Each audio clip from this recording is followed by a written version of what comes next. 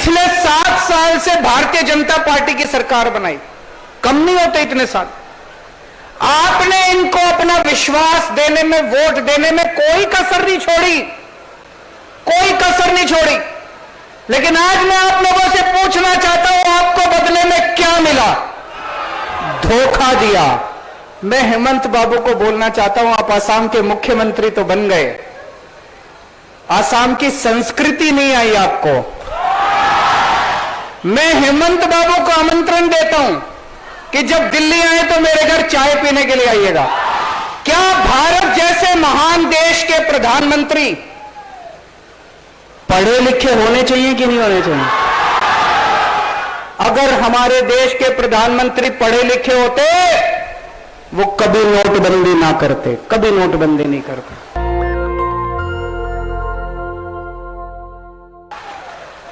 असम को भगवान ने सब कुछ दिया है। भगवान ने इतने पहाड़ दिए, नदियां दी, इतना पानी दिया, ब्रह्मपुत्र नदी दी, इतना अच्छा मौसम दिया, इतनी हरियाली दी। जब भगवान ने असम को बनाया तो भगवान ने कोई कसर नहीं छोड़ी। इतना सब कुछ दिया भगवान ने, कोयला दिया, मिनरल्स दिए। लेकिन इन सारे नेताओं ने और इन सारी पार्टियों ने मिलकर सब बर्बाद कर दिया। आज को पिछले 75 साल में आप लोगों ने 52 इयर्स, 52 साल तक आपने कांग्रेस की सरकार बनाई। 52 साल तक, 52 इयर्स। 10 साल आपने असम गण परिषद की सरकार बनाई और पिछले 7 साल से भारतीय जनता पार्टी की सरकार बनाई। कम नहीं होते इतने साल। आपने इनको अपना विश्वास देने में, वोट देने में कोई कसर नहीं छोड़ी, कोई कसर नहीं छोड़ी। लेकिन आज मैं आप लोगों से पूछना चाहता हूं, आपको बदले में क्या मिला? इतने साल आपने इन लोगों को वोट दिया, कांग्रेस को वोट दिया, असम गण परिषद को वोट दिया, भारतीय जनता पार्टी को वोट दिया। इन पार्टियों ने आपको क्या दिया? धोखा दिया। जिसको मौका मिला उसने लूट लिया, जिसको मौका मिला उसने लूट लिया। लूटा कि नहीं लूटा? हार के, इन पार्टियों से तंग आके आज 3.5 करोड़ असम के लोगों ने हम लोगों को न्योता दिया असम आने के लिए। मैं आप सब असम के लोगों का बहुत बहुत आभारी हूं। आपने इतना प्यार, इतने मान, इतने सम्मान के साथ मुझे, भगवंत मान साहब को, आम आदमी पार्टी के लोगों को असम में बुलाया। 2016 में हेमंत बाबू की सरकार बनी थी।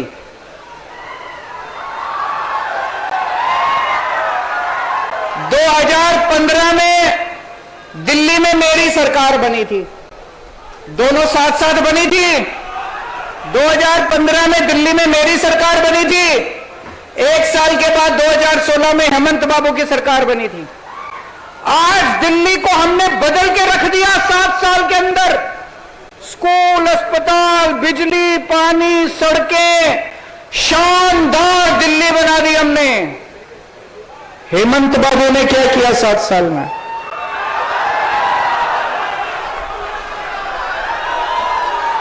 हेमंत बाबू ने कुछ नहीं किया, केवल गंदी राजनीति करी, गंदी पॉलिटिक्स की उन्होंने। अभी आज मेरे को असम आना था, 2 दिन से धमकी दे रहे हैं हेमंत बाबू टीवी चैनल के ऊपर। 2 दिन से धमकी दे रहे हैं, केजरीवाल आएगा मैं जेल में डाल दूंगा। ये क्या है यार? केजरीवाल आएगा मैं जेल में डाल दूंगा, मैं पुलिस से पकड़वाऊंगा केजरीवाल को। अरे मैं कोई आतंकवादी हूं? क्यों पकड़वाओगे मुझे? मैं हेमंत बाबू को बोलना चाहता हूं, आप असम के मुख्यमंत्री तो बन गए, असम की संस्कृति नहीं आई आपको।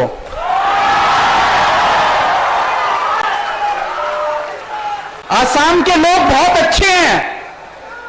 असम के लोग बहुत प्यारे हैं। असम के लोग अपने अतिथि का स्वागत करते हैं। असम के लोग अतिथि आता है तो अपने घर ले जाके खाना खिलाते हैं, चाय पिलाते हैं, आगभगत करते हैं। असम के लोग जेल भेजने की धमकी नहीं देते। तो मैं हेमंत बाबू से निवेदन करता हूं, आप मुख्यमंत्री बन गए, थोड़ी सी असम की संस्कृति सीख लीजिए आप। और आज इस मंच से मैं हेमंत बाबू को आमंत्रण देता हूं कि जब दिल्ली आए तो मेरे घर चाय पीने के लिए आइएगा। अगर समय मिले तो थोड़ा खाना खाने के लिए भी आइएगा। मैं आपको दिल्ली घुमाऊंगा अपनी गाड़ी में।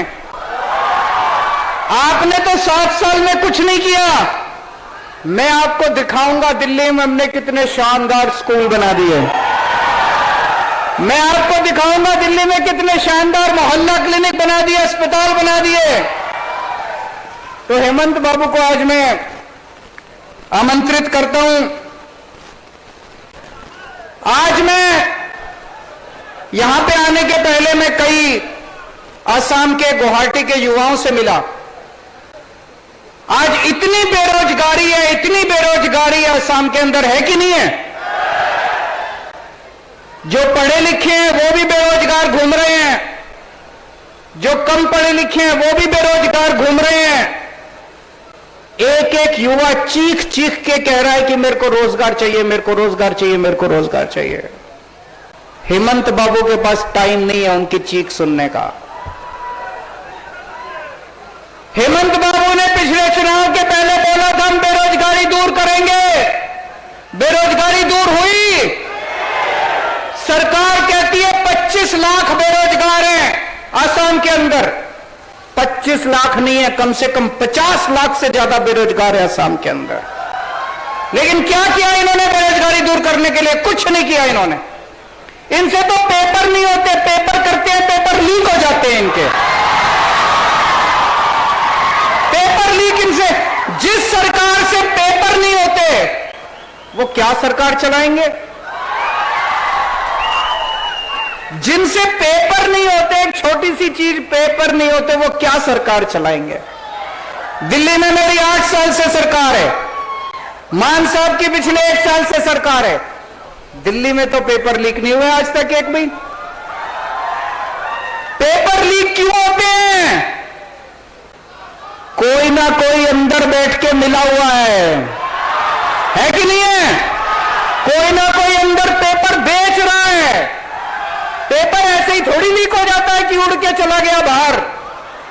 पेपर लीक होता है क्योंकि कोई पेपर बेच रहा है, कोई आपके बच्चों का भविष्य बेच रहा है। किसी को सजा मिली आज तक? किसी को सजा नहीं मिली। क्यों? ये लोग मिले हुए हैं। ये लोग दिल्ली के अंदर पेपर लीक नहीं होते, पंजाब के अंदर पेपर लीक नहीं होते। क्यों? क्योंकि दिल्ली में ईमानदार सरकार है, पंजाब में ईमानदार सरकार है। दिल्ली में पिछले 7-8 साल में मैंने 12 लाख बच्चों के लिए रोजगार का इंतजाम किया। 12 लाख बच्चों के लिए।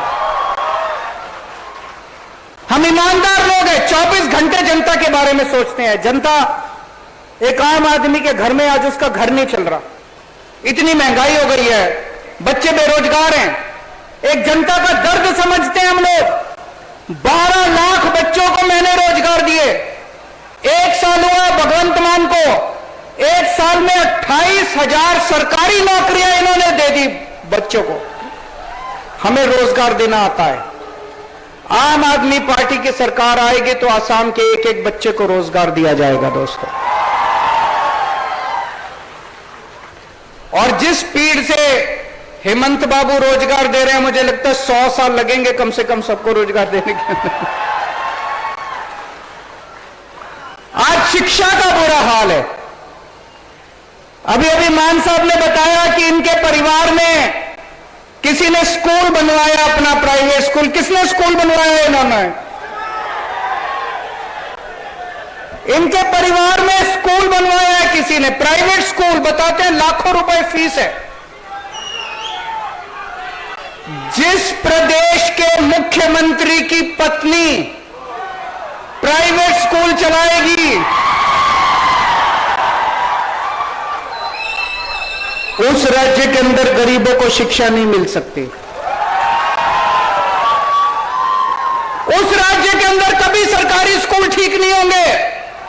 दिल्ली में भी पहले यही होता था, पंजाब में भी पहले यही होता था। जितने नेता थे, नेताओं के स्कूल चलते थे, बड़े बड़े फलाना स्कूल, ढिमका स्कूल, इतने बड़े बड़े प्राइवेट स्कूल, लाखों रुपए की फीस होती थी। जानबूझ के इन पार्टियों ने, इन नेताओं ने सरकारी स्कूलों का बेड़ा गर्क कर दिया, सरकारी स्कूल बर्बाद कर दिए, ताकि हर आदमी मजबूरी में अपने बच्चों को प्राइवेट स्कूल में भेजना चालू करे। है कि नहीं है? जानबूझ के। और हर साल प्राइवेट स्कूल में फीस बढ़ाते हैं, हर साल प्राइवेट स्कूल में फीस बढ़ाते हैं।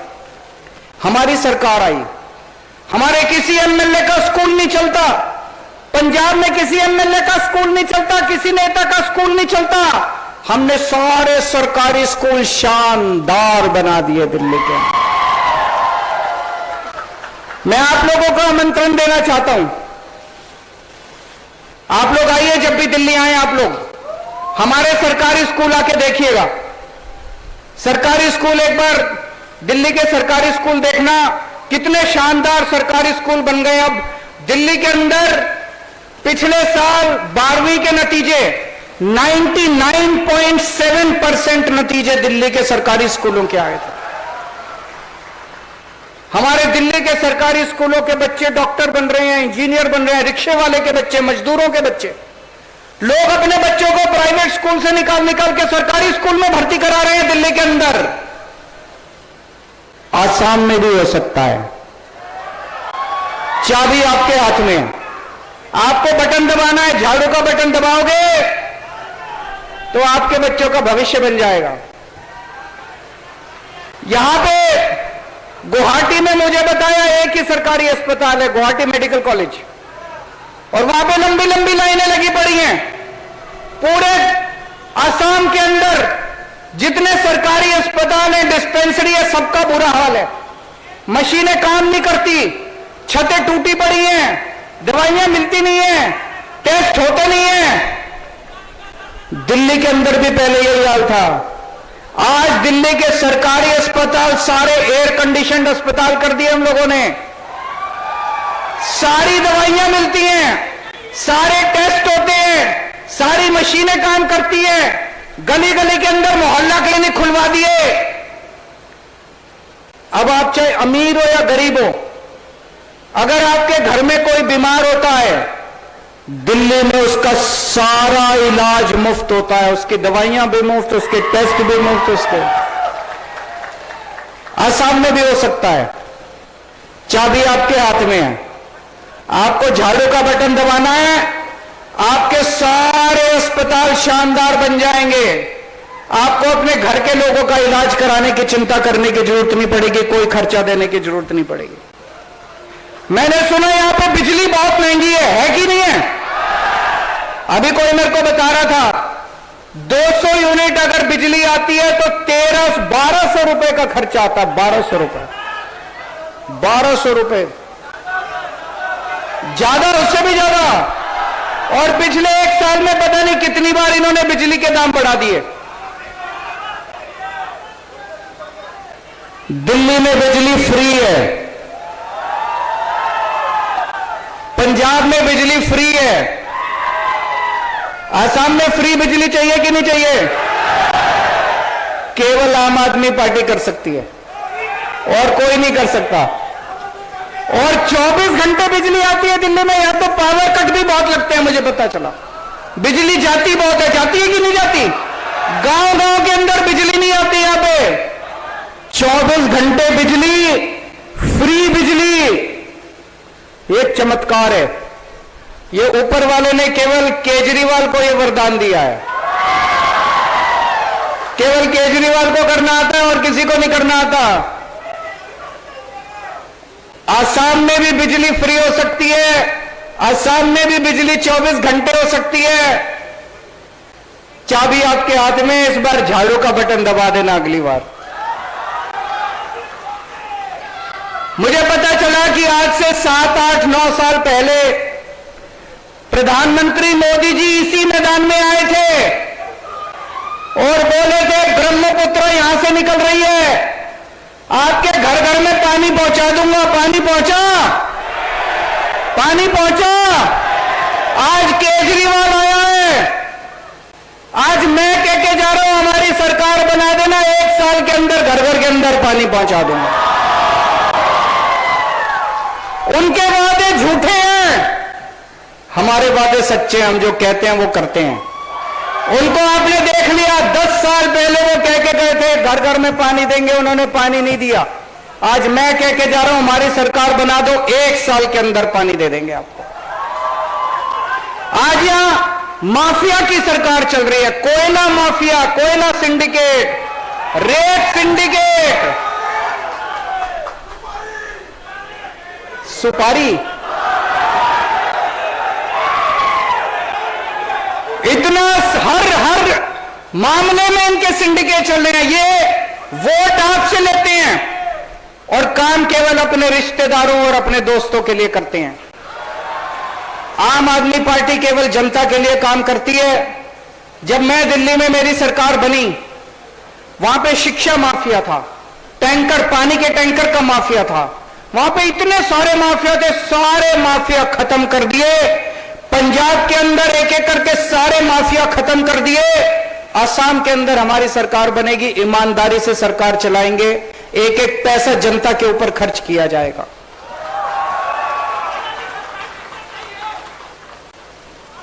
मैं देख रहा था कि असम का बजट 3.25 लाख करोड़ रुपए का बजट है असम का। मतलब हर साल असम सरकार आपके ऊपर 3.25 लाख करोड़ रुपए खर्च करती है। इतना सारा पैसा कहां जाता है? ये पैसा आपने कहीं कोई सरकारी काम होते दिखा? कोई सड़क बनते देखी? कोई स्कूल बनते देखा? कोई अस्पताल बनते देखा? सरकार ने कभी कोई दवाई दी आपको? आपके बच्चों की पढ़ाई के लिए कभी कुछ किया? कहां गया ये सारा पैसा? कहां गया ये सारा पैसा? असम के ऊपर 1,23,000 करोड़ रुपए का कर्जा है, कर्जा ले रखा। कहां गया ये सारा पैसा?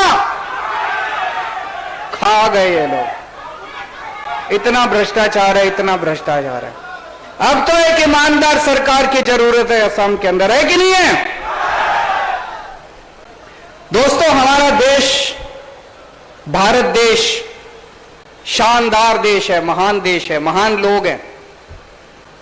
मैं आपसे एक प्रश्न पूछना चाहता हूं, क्या भारत जैसे महान देश के प्रधानमंत्री पढ़े लिखे होने चाहिए कि नहीं होने चाहिए?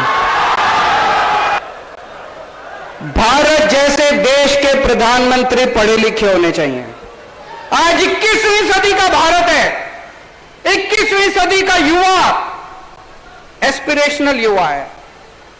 वो विज्ञान में विश्वास करता है, वो साइंस में, टेक्नोलॉजी में विश्वास करता है, वो अपने लिए रोजगार चाहता है, वो भारत की तरक्की चाहता है।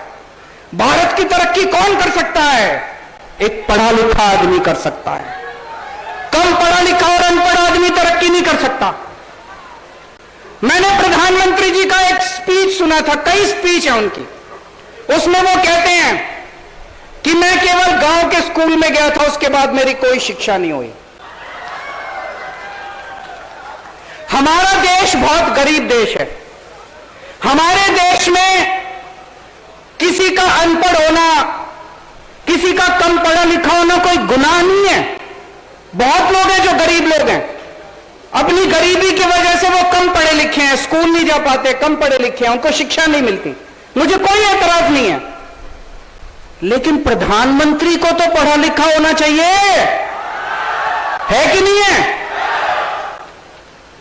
अब प्रधानमंत्री जी नोटबंदी, अगर प्रधानमंत्री पढ़े लिखे नहीं होंगे तो कितना खतरनाक बात है। प्रधानमंत्री जी ने नोटबंदी की, नोटबंदी में सारे देश में अफरा तफरी मच गई, कितने लोगों की नौकरी चली गई, कितने लोगों के धंधे बंद हो गए, कितने लोगों की मौत हो गई। 10 साल पीछे चला गया देश की अर्थव्यवस्था 10 साल पीछे चली गई। किसी ने आके प्रधानमंत्री जी को बेवकूफ बना दिया, बोले नोटबंदी कर दो, भ्रष्टाचार खत्म हो जाएगा। भ्रष्टाचार खत्म हुआ? किसी ने प्रधानमंत्री जी को आके बेवकूफ बना दिया, बोले नोटबंदी कर दो, आतंकवाद खत्म हो जाएगा। आतंकवाद खत्म हुआ? अगर हमारे देश के प्रधानमंत्री पढ़े लिखे होते, वो कभी नोटबंदी ना करते, कभी नोटबंदी नहीं करते। प्रधानमंत्री जी 3 किसानों के काले कानून लेके आए। पूरे देश के किसानों ने कहा कि हमें यह कानून नहीं चाहिए, यह कानून खतरनाक है, किसान इस कानून के खिलाफ हैं। सारे देश के किसान बोल रहे थे, लेकिन प्रधानमंत्री जी को किसी ने जाके बेवकूफ बना दिया कि ये 3 किसानों के कानून। 1 साल तक आंदोलन हुआ, 750 किसान मारे गए। अगर हमारे देश के प्रधानमंत्री पढ़े लिखे होते तो किसानों के काले कानून नहीं लेके आते। तो भारत देश को एक पढ़े लिखे प्रधानमंत्री की जरूरत है। अगली बार वोट डालने जाओ तो पढ़े लिखे को वोट देना, अनपढ़ को वोट मत देना। आप अपनी कहीं कंपनी में अप्लाई करते हो तो कंपनी वाले कहते हैं ना, इस पोस्ट मैनेजर के लिए, इस पोस्ट के लिए ये डिग्री चाहिए, एमबीए चाहिए, बीए चाहिए, एमए चाहिए। तो अगर अपनी कंपनी के मैनेजर के लिए बीए, एमए, एलएलबी की डिग्री चाहिए, तो देश के टॉप के मैनेजर के लिए भी तो डिग्री होनी चाहिए ना, वो भी तो पढ़ा लिखा होना चाहिए ना। आज आप इतनी भारी संख्या में आए, इतना प्यार दिया, मुझे समझ नहीं आ रहा मैं आपका एहसान कैसे चुकाऊं, पर अब मेरा आना जाना लगा रहेगा आसाम में। और फिर से मैं आसाम के सभी लोगों को प्रणाम करता हूं। जय आई अखोम। नेशनल दस्तक की आपसे गुजारिश है कि अगर इसको बचाना चाहते हैं तो नेशनल दस्तक को सब्सक्राइब करने के लिए रेड कलर के सब्सक्राइब बटन को दबाएं, फिर बेल आइकन की घंटी दबाएं। नेशनल दस्तक को बचाने के लिए बहुत जरूरी है कि हर खबर को शेयर करें, लाइक करें, कमेंट जरूर करें।